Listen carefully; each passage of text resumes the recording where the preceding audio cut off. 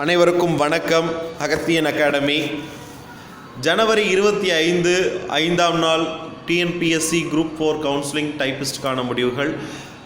இன்றைய தினம் இன்னொரு சிறப்பான தினம் என்னென்னு பார்த்தீங்கன்னா தேசிய வாக்காளர் தினம், நேஷ்னல் வோட்டர்ஸ் டே.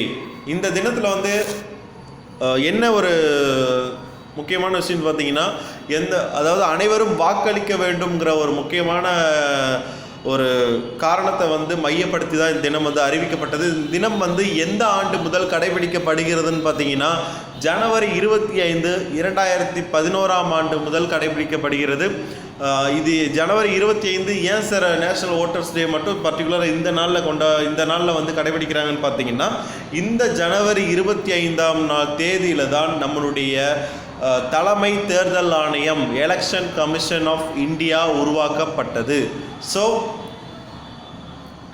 இத்தினத்துடைய தீம் கருப்பொருள் என்னன்னு பார்த்தீங்கன்னா no voter to be left behind.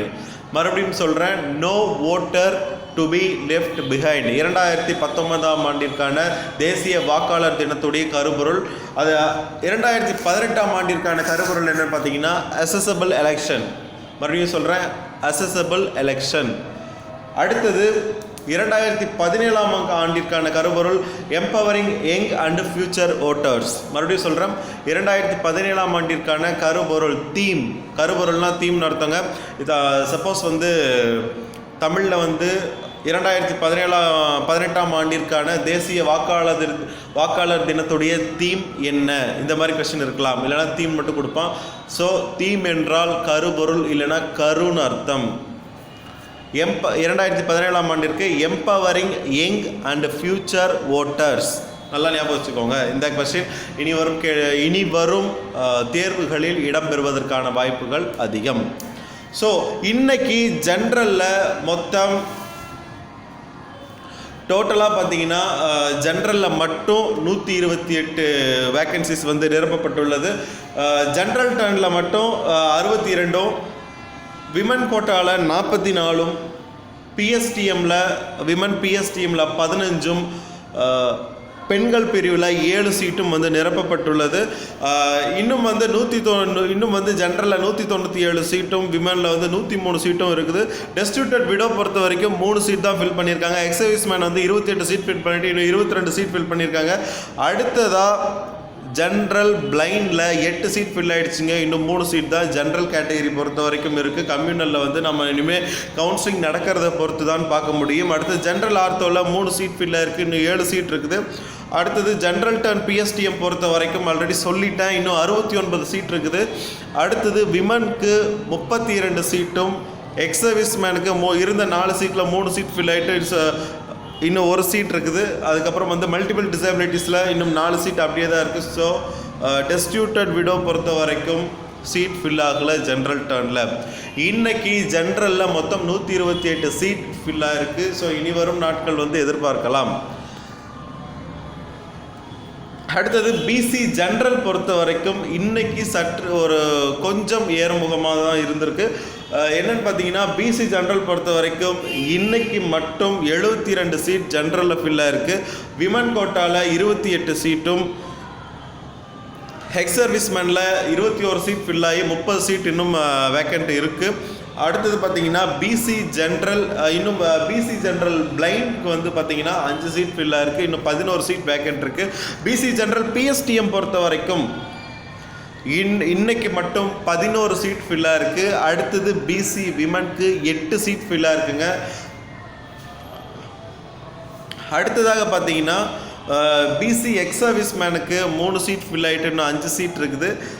So PC கேட்டகரியில் வர்றவங்களுக்கு, அதாவது ஸ்பெஷல் கேட்டகரி தவிர மற்ற போட்டியாளர்களுக்கு எவ்வளோ சீட் ஃபில் ஆகிருக்குன்னு பார்த்தீங்கன்னா இன்றைக்கி மட்டும் பிசி கேட்டகரியில் 119 காலி பணியிடங்கள் நிரப்பப்பட்டுள்ளன. இன்னும் 516 வேக்கன்சி, ஸ்பெஷல் கேட்டகரி தவிர சொல்கிறேன், இன்னும் 516 காலி பணியிடங்கள் பிசிக்கு மட்டும் உள்ளது. இனி வரும் நாட்கள் எதிர்பார்க்கலாம். ஸோ நான் நிறைய பேர் சொல்லியிருக்கீங்க கமெண்ட்டில், சார் தயவு செஞ்சு இந்த தேதி வரைக்கும் கிடைக்கும், இந்த நாள் வரைக்கும் கிடைக்காதுன்னு சொல்லாதீங்கன்னு சொல்லியிருக்கீங்க. ஸோ நான் அதை சொல்ல விரும்பலை. இனி வரும் நாட்கள் கண்டிப்பாக வாய்ப்பு உண்டு. இன்னும் ஒரு 5 நாட்கள் 6 நாட்கள் வரைக்குமே வந்து பிசிக்கு வாய்ப்புகள் உண்டு. அவ்வளோதான். நான் எந்த தேதி வரைக்கும்லாம் சொல்ல விரும்பலை. அது சொன்னால் கொஞ்சம் சிலருக்கு வந்து கொஞ்சம் கஷ்டம், மன கஷ்டம் வரும். அதனால் நான் அந்த தேதிகளை குறிப்பிட விரும்பலை. அடுத்து பார்த்தீங்கன்னா பிசிஎம் பொறுத்த வரைக்கும் இன்றைக்கி ஒரே ஒரு சீட் ஃபீல்டாக இருக்குது. அடுத்தது பிசிஎம் ஜென்ரல் பொறுத்த வரைக்கும் இன்றைக்கி பிஎஸ்டிஎம்மில் ஒரே ஒரு சீட் போய்ட்டு இன்னும் 19 சீட் காலி பண்ணிடங்கள் உண்டு. அதே மாதிரி பார்த்திங்கன்னா இன்னொரு சில நண்பர்கள் வந்து கேட்டிருந்தீங்க, நீங்கள் போட்டிருந்த பிசிஎம்க்கு டோட்டலாகவே உங்களுடைய ப்ரெடிக்ஷன்ஸ் டோட்டலாகவே ராங்னு சொல்லியிருந்தீங்க. அது எது காரணம் வச்சு சொன்னீங்கன்னு எனக்கு தெரியல. 111 சீட் தான் இருக்குது. எப்படி நீங்கள் 140 சீட் வரைக்கும் கிடைக்கும்னு சொல்லியிருக்கீங்க, ஃபீமேல் கேண்டிடேட்ஸ் 160 சீட் வரைக்கும் கிடைக்கும்னு சொல்லியிருக்கீங்கன்னு சொல்லி கேட்டிருக்கீங்க. இது வந்து ஜஸ்ட் ஒரு டென்டேட்டிவ் ப்ரிடிக்ஷன்ஸ் தான். 111 சீட்டுனா 111 சீட்டுமே வந்து போயிட போகிறதில்ல, சரிங்களா? இதில் பெண்கள் பொறுத்த வரைக்கும் பிசிஎம்மில் டைப்பிஸ்டில் மிக மிக மிக போட்டியாளர்கள் குறைவு தான். கவுன்சிலிங் முடிகிறப்போ கண்டிப்பாக ஒரு 10லேருந்து 15 சீட்டு வரைக்குமே பெண் போட்டியாளர்களுக்கு பெண்டிங் நிற்கும். அதெல்லாம் கேல்குலேட் பண்ணி தான் ஆல்ரெடி வந்து ஜூனியர் டைப்பிஸ்ட்டில் போனவங்க, அதாவது ஜூனியர் அசிஸ்டண்ட்டில் போனவங்க, டைப்பிஸ்ட்டில் செலக்ட் ஆகி ஜூனியர் அசிஸ்டண்ட்டில் போனவங்க, குரூப் 2A செலக்ட் ஆகி போனவங்க எல்லாத்தையும் கேல்குலேட் பண்ணி தான் நாங்கள் ரேங்க் போட்டிருக்கோம்.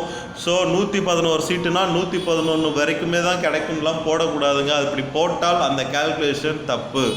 ஸோ ஜென்ஸ்க்கு 140 போட்டிருக்கீங்கன்னு சொல்கிறீங்க. ஆல்ரெடி எங்களுக்கு கிடைச்ச தகவல் படியே டைப்பிஸ்டில் செலக்ட் ஆகிட்டு பிசிஎம்மில் ஜூனியர் அசிஸ்டண்ட் எடுத்துகிட்டு போனவங்களே கிட்டத்தட்ட வந்து ஒரு 15 பேர் எடுத்துகிட்டு போயிருக்காங்க. அவங்களெல்லாம் கால்குலேட் பண்ணிவிட்டு குரூப் 2A செலக்ட் ஆனவங்களையும் கால்குலேட் பண்ணிவிட்டு அவங்களெல்லாம் அந்த ஒரு கால்குலேஷன் போட்டு ஆப்சன்டிஷிப்பில் இருக்கலாம், இத்தனை பேர் வரலாம்னு சொல்லி கால்குலேட் பண்ணி நாங்கள் போட்டு தான் அவ்வளோ ரேங்க் வரைக்கும் கொண்டு வந்திருக்கோம். சப்போஸ் யாராவது பிசிஎம்க்கு 111 சீட் தான் இருக்குது, ஸோ ஃபஸ்ட்டு 111 ரேங்க் பிசிஎம்மில் இருக்கிறவங்க மட்டும்தான் கிடைக்குன்னு சொல்லி சொன்னால் அது ராங் ப்ரிடிக்ஷன். ஃபஸ்ட்டு இதை வந்து தெரிஞ்சுக்கோங்க. இப்படி தான் கால்குலேஷன்ஸ் போடணும். ஏன்னா இதுக்கு முன்னாடி போனவங்க அடுத்து வரப்போகிறவங்க ஜென்ரலில் எவ்வளோ எடுப்பாங்க, இந்த கால்குலேஷன்லாம் கால்குலேட் பண்ணி போடுறது தாங்க ஒரு ப்ரிடிக்ஷன்னு. ஃபஸ்ட்டு அது தெரிஞ்சுக்கோங்க. இப்போ வந்து 31% பிசிக்குன்னா பிசிக்கு 26.5%னா அந்த 26.5% எதுலேருந்து எடுப்பீங்க? இந்த 4000 வேகன்சிலேருந்து தான் எடுத்து போடுவீங்க. ஸோ அந்த 4000 வேகன்சிலேருந்து எடுத்து போட்டிங்கன்னா ஒரு 1200 அந்த ரேங்க் வரைக்கும் தான் கிடைக்கும். அப்படி போட்டிங்கன்னா தவறு. ஏன்னா அந்த 1600 அந்த 1000 ரேங்க் வரைக்கும் வந்து ஷோர் கண்டிப்பாக கிடைக்கும்னு சொல்லி நம்ம சொல்லலாம். ஆனால் அந்த 1000 ரேங்க்கில் இருக்கிறதுல ஒரு 200 பேர் ஜென்ரலே போயிடுவாங்க, சரிங்களா? மீதி வர்ற 800 பேரில் அவங்களில் வந்து கோட்டாவிலும் இருப்பாங்க. அந்த 200 பேர் ஜென்ரலில் போயிட்டாங்கன்னா மீதி வர்ற 800 பேரில் கோட்டாவில் வர்றவங்களும் ஆட் ஆவாங்க. ஸோ அதையெல்லாம் நாங்கள் கால்குலேட் பண்ணி தான் நான் உங்களுக்கு வந்து இந்த கால்குலேஷனை கொடுத்துருக்கோம்.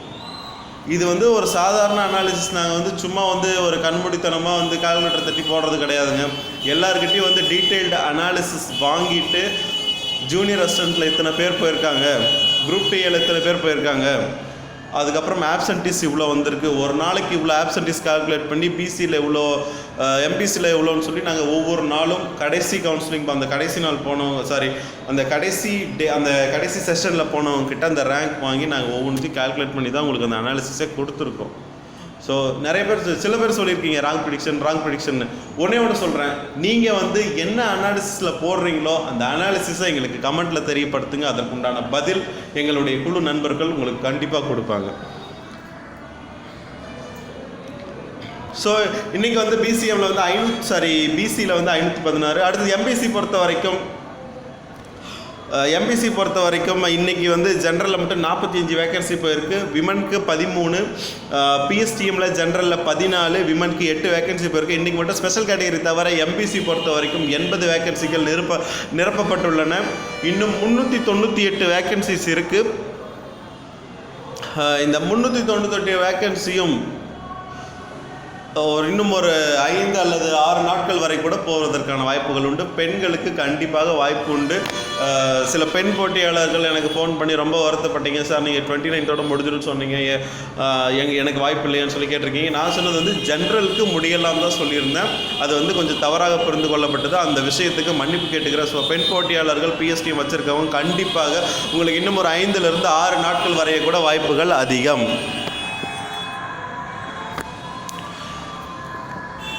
அடுத்தது பார்த்தீங்கன்னா எம்பிசி ஸ்பெஷல் கேட்டகரி பொறுத்த வரைக்கும் இன்றைக்கி வந்து எக்ஸர்வீஸ் மேனுக்கு 19 சீட் ஃபில் ஆகிருக்கு, இன்னும் 25 சீட் இருக்குது.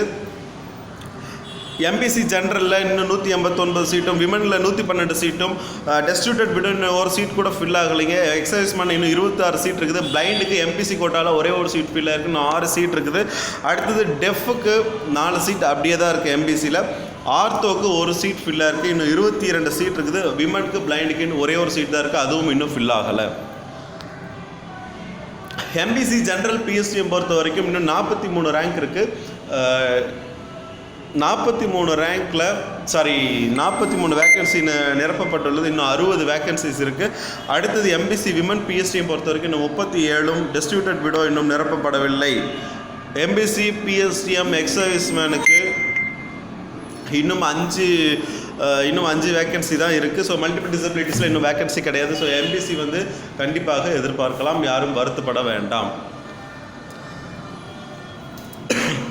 அடுத்தது எஸ்சி ஜென்ரல் பொறுத்த வரைக்கும் இன்றைக்கி மட்டும் பார்த்தீங்கன்னா எஸ்சி ஜென்ரலில் 30 வேக்கன்சிஸ் நிரப்பப்பட்டுள்ளது. பெண்களில் விமன் கோட்டாவில் வந்து பார்த்திங்கன்னா 6 சீட்டும், எஸ்சி ஜென்ரல் பிஎஸ்டிஎம்மில் ஜென்ரலில் மட்டும் 5 சீட் ஃபில்லாக இருக்குது. இன்னும் இன்னைக்கு பிஎஸ்டிஎம் விமனில் எந்த ஒரு மாறுதல்களும் கிடையாது. எக்ஸ் சர்வீஸ்மேனுக்கு 5 சீட் தான் இன்றைக்கி வந்து இதோட 5 சீட் ஃபில்லாக இருக்குது. இன்னும் 33 சீட் இருக்குது. அடுத்தது பார்த்திங்கன்னா எஸ்டிக்கு இன்னும் ஒரு சீட் கூட ஃபில் ஆகலை. ஸோ எஸ்டிக்கு வந்து இனி வரும் நாட்கள் தான் தெரியும். அதனால் வந்து எஸ்டிக்கு ஒதுக்கப்பட்ட டிபார்ட்மெண்ட் கோட்டாவில் கண்டிப்பாக நல்ல டிபார்ட்மெண்ட்டு உங்களுக்கு கிடைப்பதற்கான வாய்ப்புகள் அதிகம். அடுத்தது எஸ்சியை பொறுத்த வரைக்கும் பார்த்தீங்கன்னா இன்னும் 51 வேக்கன்சிஸ் இருக்குது. 3 சீட் தான் ஜென்ரலில் போயிருக்கு. பெண்களில் 2 சீட் போய்ட்டு இன்னும் 11 சீட் இருக்குது. டெஸ்டியூட்டட் விடோ ஒரே ஒரு சீட் இருந்துச்சு, அதுவும் ஃபில் ஆகிடுச்சு. அதுக்கப்புறம் பார்த்தீங்கன்னா பிளைண்ட் கோட்டாவில் இன்னும் வந்து ஒரு சீட்டும், எக்ஸர்வீஸ்மேனுக்கு 2 சீட்டும் இருக்குது. எஸ்சிஏ ஜென்ரல் பொறுத்த வரைக்கும் ஜென்ரல் பிஎஸ் டீமில் 3 சீட் ஃபில் ஆகிட்டு 21 சீட் இருக்குது. விமனுக்கு வந்து பார்த்தீங்கன்னா 14 சீட் 3 சீட் ஃபில் ஆகிட்டு இன்னும் 14 சீட் இருக்குது. எஸ்சிஏ டெஸ்டியூட்டட் விடோ 2 சீட் ஃபில் ஆகிட்டு இன்னும் 5 சீட் இருக்குது.